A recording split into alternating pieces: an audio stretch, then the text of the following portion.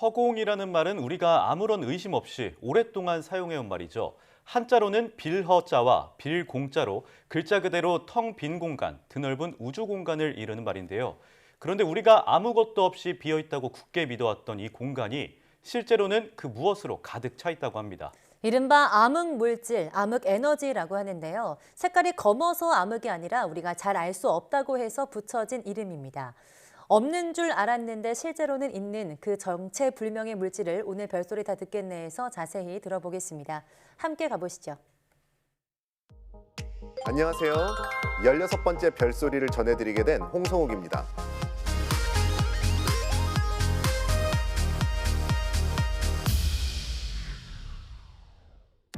오늘은 눈에 보이진 않지만 우주를 지배하고 있는 정체불명의 암흑물질과 암흑에너지에 대한 별소리를 전해드리겠습니다.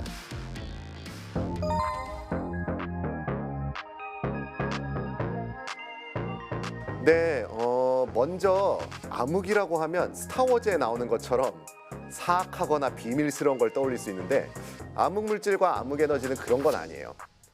보통 천문학자들은 눈에 안 보이고 제대로 이해하지 못하는 것에 암흑이라는 말을 붙입니다.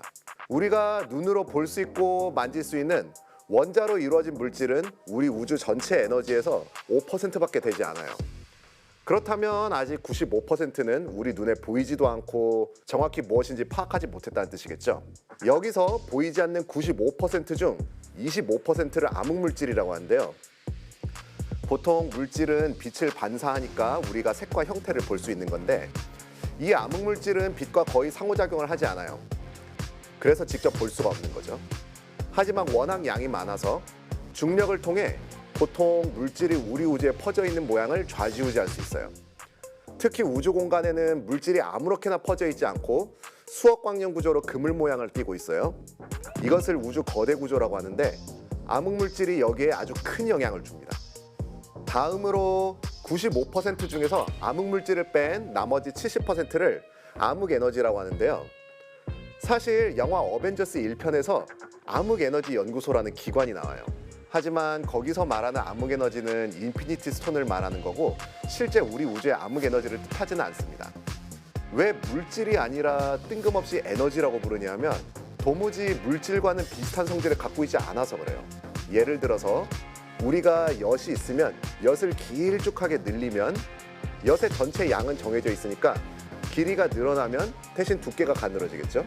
그런데 만약 암흑에너지로 이루어진 엿을 크기를 늘린다고 해보면 크기를 아무리 늘려도 두께가 전혀 가늘어지지 않을 거예요.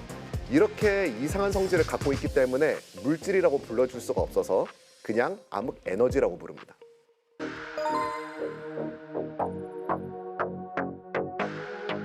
예, 좋은 질문이에요. 암흑물질이나 암흑에너지나 눈에는 잘 보이지 않지만 둘 다 간접적으로 알 수 있는 방법이 있어요.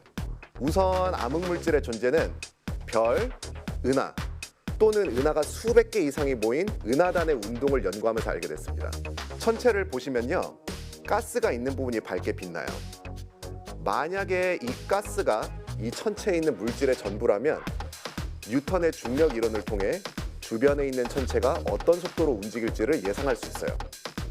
그런데 그렇게 해서 구한 속도하고 실제로 관측한 주변 천체의 속도가 너무 크게 차이 나는 거예요. 이것을 어떻게 해석해야 할지를 놓고 오랫동안 결론이 나지 않다가 1970년대 이후에는 눈에 보이지 않는 암흑물질이 따로 있다고 인정하게 된 겁니다. 그리고 암흑에너지가 있다는 것을 알게 된 과정은 또 달라요. 아인슈타인의 상대성 이론에 따르면 우주 공간에 물질이나 에너지가 있으면 공간이 시간이 지나면서 커집니다. 또한 공간에 어떤 종류의 물질, 에너지가 얼마나 많이 있느냐에 따라 공간이 커지는 속도가 달라져요. 이 이론에 따르면 우리 우주에 만약 보통 물질, 암흑물질, 빛밖에 없다면 우주 공간이 커지는 속도는 항상 시간이 지날수록 느려져야 합니다. 그런데 1990년대 말에 가까운 우주 공간이 커지는 속도를 직접 쟀는데 그 속도가 시간이 지날수록 오히려 더 빨라지는 것을 알게 되었습니다. 상대성 이론으로 이것을 설명하려면 보통 물질, 암흑물질, 빛과는 성질이 전혀 다른 무엇이 있어야만 합니다. 그래서 이렇게 암흑 에너지가 있다는 것도 알게 된 것입니다.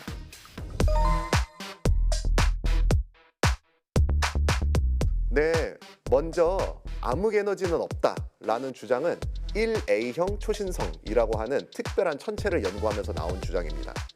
기존 연구에서는 1A형 초신성은 밝기가 바뀌는 패턴이 일정하다라고 생각을 했는데 새로운 연구에서는 우주의 나이에 따라 그 패턴이 달라질 수 있다고 합니다.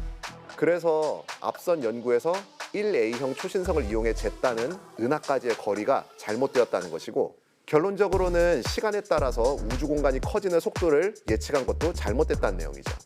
다음으로 암흑물질 이론이 틀렸다라는 주장은 은하의 회전 속도를 연구하면서 나왔습니다.